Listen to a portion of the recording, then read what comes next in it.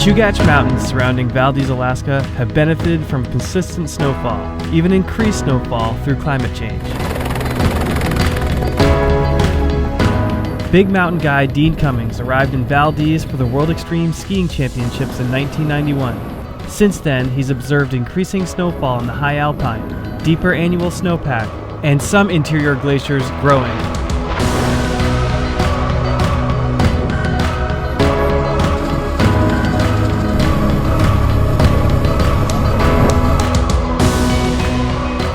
Skiers and snowboarders find consistently deep powder snow in the Chugach surrounding Valdez. Still, the snowiest tract of coastal mountains on Earth.